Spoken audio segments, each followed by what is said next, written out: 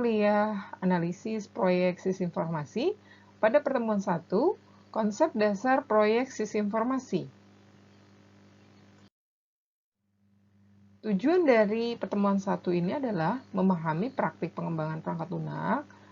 Yang kedua adalah memahami konsep dasar proyek sistem informasi. Yang ketiga adalah memahami penyebab kegagalan proyek. Dari perspektif industri, yaitu sistem berbasis komputer, ini bisa dirakit kemudian menjadi manajemen berorientasi perangkat lunak yang membutuhkan biaya yang besar.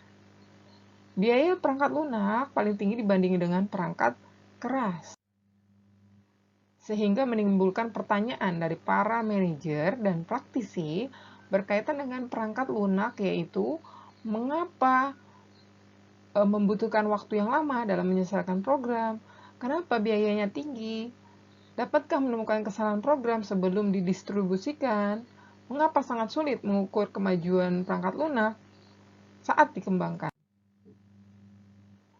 Ada ribuan aplikasi berbasis perangkat lunak yang harus diperbarui. Akan tetapi, praktisi pemilik mengatakan aplikasi masih berjalan dengan baik dan tidak ekonomis jika diperbarui. Tidak dibuat lebih baik. Waktu penyerahan perangkat lunak,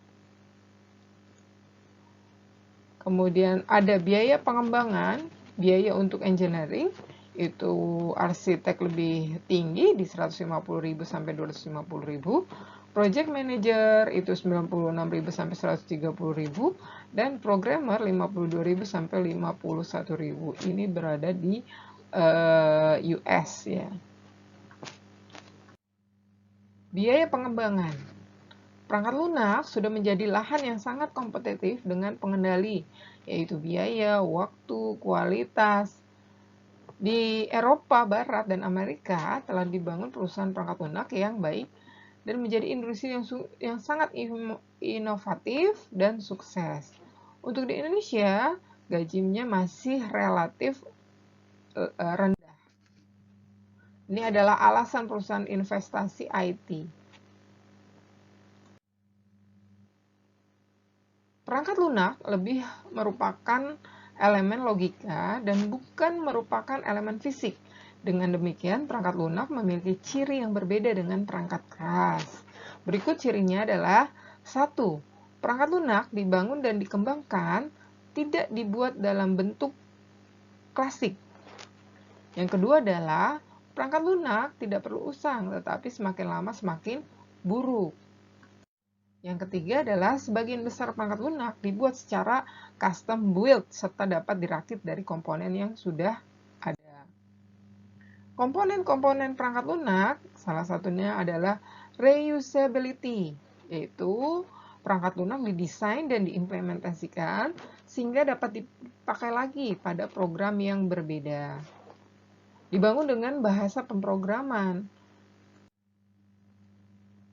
Aplikasi atau area perangkat lunak menunjukkan luasnya aplikasi potensial, yaitu 1.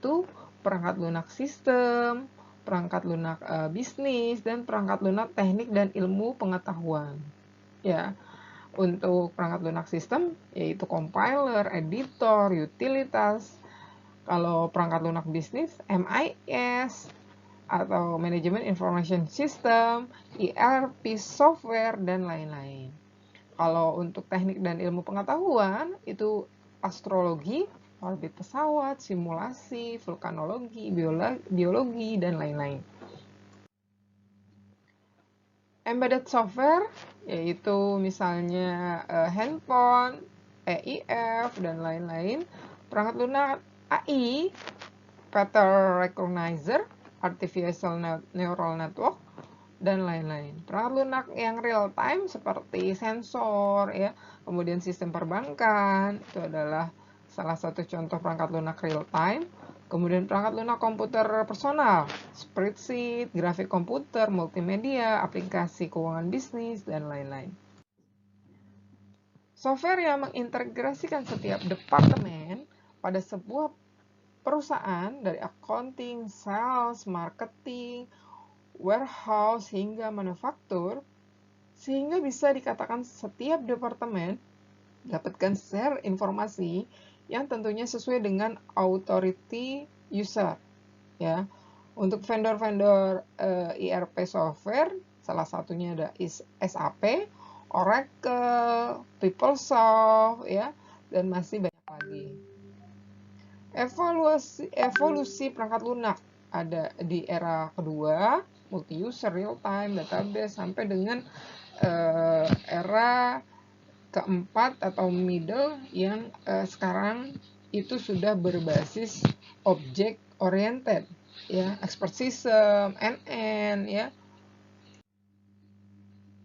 Dari tahun 1960 yaitu ada software krisis.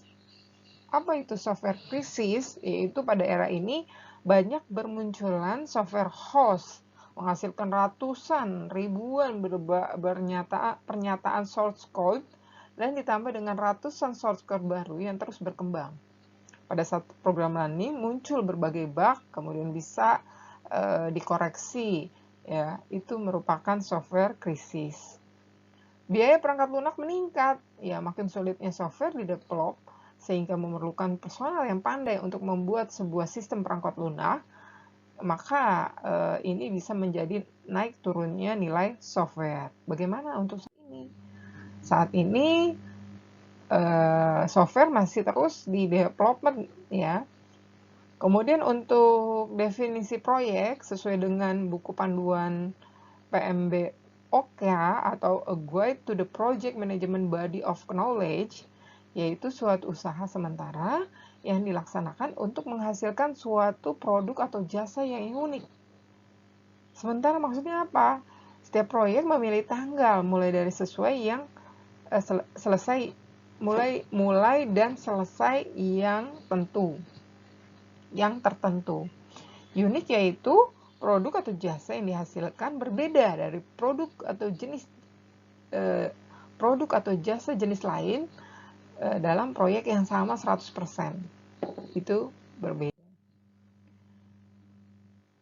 Berikut definisi proyek sistem informasi, yaitu sebagai satuan kegiatan sementara yang berlangsung dalam jangka waktu terbatas dengan alokasi sumber daya tertentu dan dimaksudkan untuk menghasilkan atau deliverable berupa informasi yang kriteria mutunya telah digariskan dengan jelas. Ciri-ciri proyek sistem informasi. Scope bertujuan menghasilkan lingkup tertentu berupa produk atau hasil akhir. Komponen proyek yaitu biaya, mutu, sumber daya. Kemudian untuk proyek itu adalah bersifat sementara, yaitu memiliki batasan waktu, ya. Non-rutin dan tidak berulang-ulang. Ya, setelah proyeknya berlangsung kemudian selesai, itu tidak dikerjakan kembali. Itu yang dimaksud dengan non-rutin dan tidak berulang-ulang. Dimensi proyek sistem informasi ada manusia, proses, produk, dan teknisi. Manusia lebih ke manajemen people, ya, mendefinisikan hal-hal berikut, yaitu mulai dari seleksi, kinerja manajemen, recruitment, pelatihan, kompensasi, pengembangan karir, organisasi dan perancangan kerja, kemudian pengembangan tim, ya. Produk ke produk scope yang ditentukan dan dibatasi, software scope, konteks, objektif informasi, fungsi, dan performa. Untuk data kuantitas yaitu jumlah user, maksimum response time, dan algoritma yang dipakai. Proses mulai dari aktivitas layar kerja dari pengembangan software ditentukan, kemudian membahas berbagai tugas atau milestone, ya, produk kerja dan poin-poin mengenai kualitas asuransi.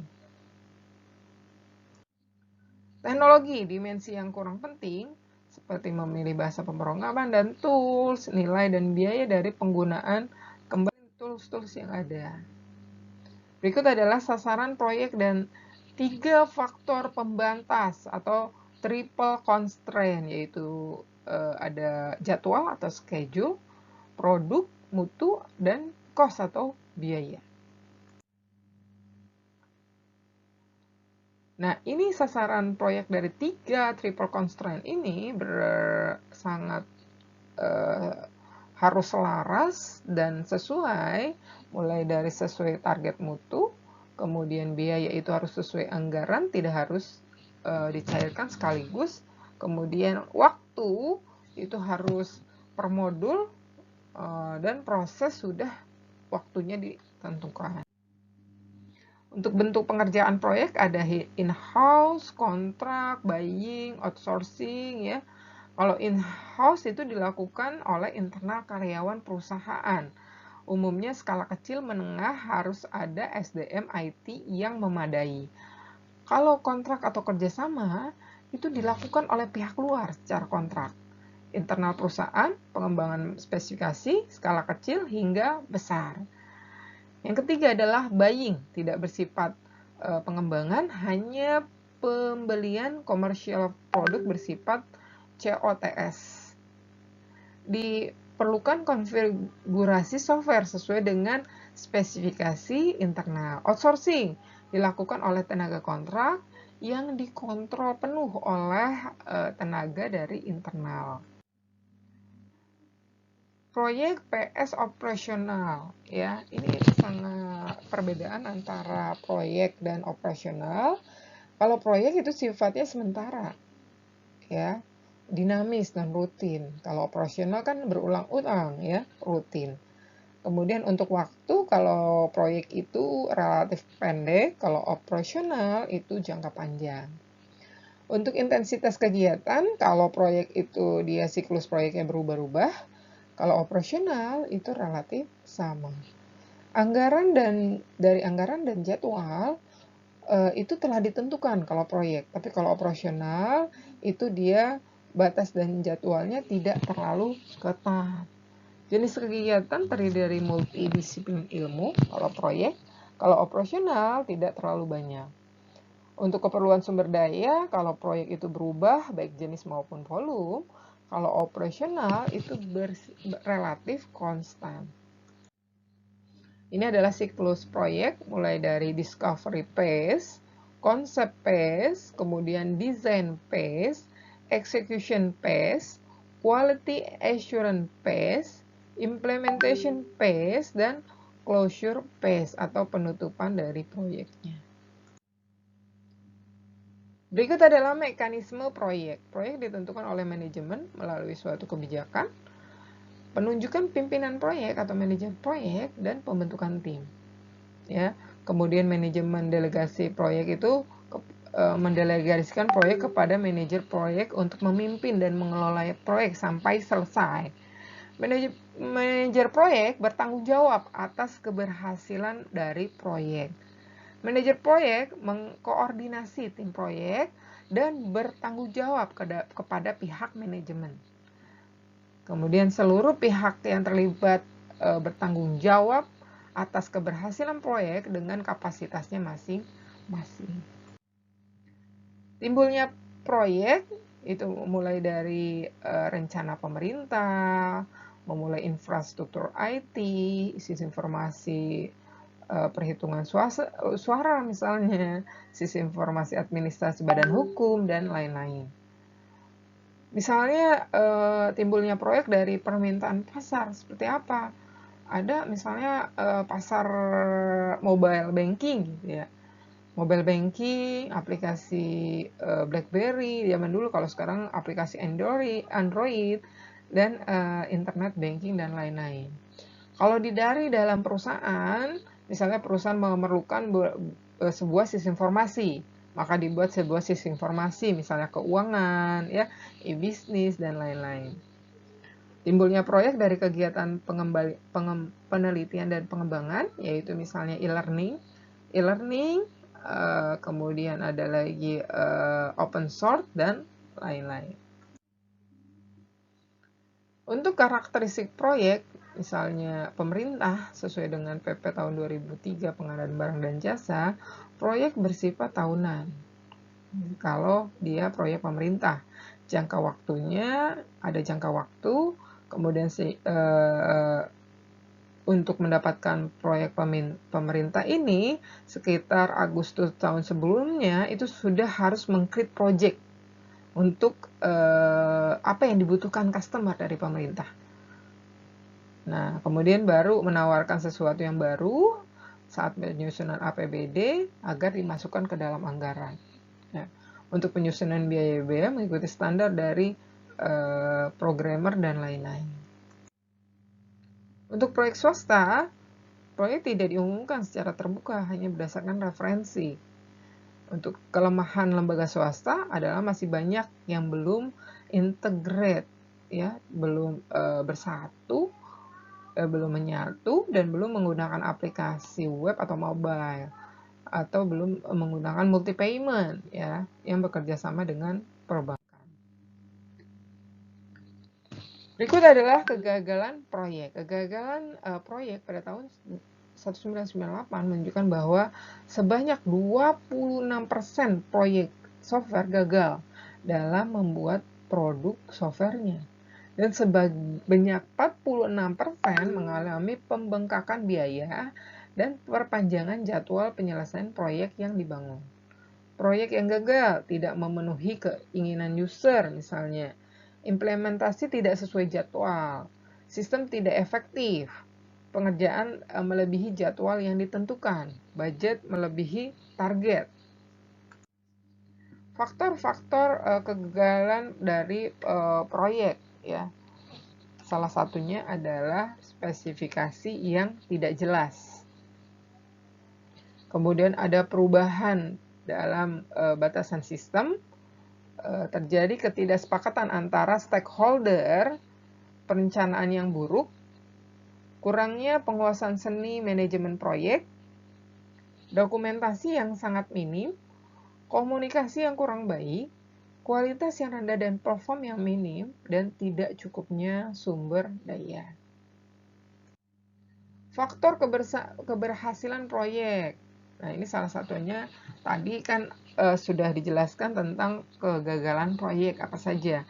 Kalau ini faktor keberhasilan dari proyek, yaitu pengelolaan proyek melalui suatu mekanisme life cycle project, ya. Monitoring dan pengontrolan terhadap jadwal proyek, anggaran proyek, kualitas proyek, dan risiko dalam proyek. Mengintegrasikan atau memadukan perangkat dan metode manajemen proyek untuk tujuan peningkatan produktivitas kinerja tim dan komunikasi. Kemudian untuk faktor keberhasilan proyek ini ditunjang dengan komitmen dari manajemen.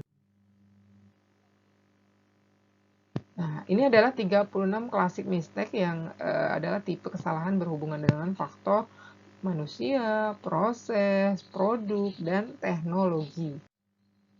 Kesalahan yang berhubungan dengan faktor manusia adalah motivasi yang kurang, ya, personel yang lemah. Lemah di sini adalah misalnya lemah PS junior, ya. Ketika junior dia kalah saing dengan seniornya. Masalah karyawan tidak terkendali, heroik, menambah orang yang pada proyek yang terlambat, bising, kantor yang penuh sesak, itu juga salah satu kesalahan yang berhubungan dengan faktor manusia, ya. Kebijakan substansi yang berlebihan, berpikiran yang muluk-muluk, gitu ya. Nah, ini kesalahan yang berhubungan dengan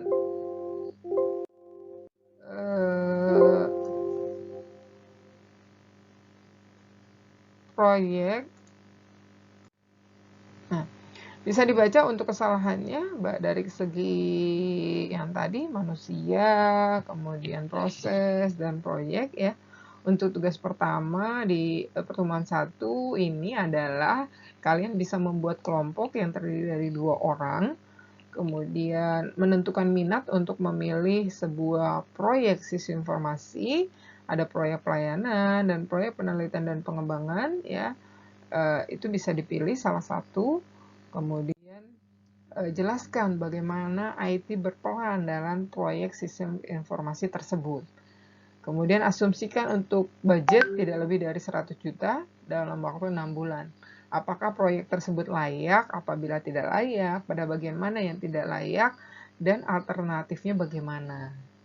Bagaimana caranya untuk mendapatkan keuntungan 20% dari proyek tersebut?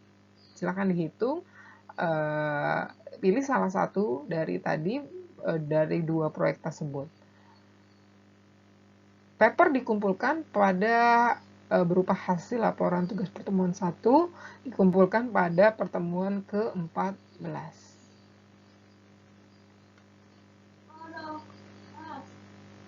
Selanjutnya kalian bisa menjawab soal latihan pertemuan 1 sesuai dengan masing-masing dosen yang mengajar di mata kuliah analisa proyek sistem informasi ini. Saya akhiri untuk pertemuan 1 di mata kuliah analisis proyek sistem informasi. Saya Ibu Nur Malasari. Terima kasih.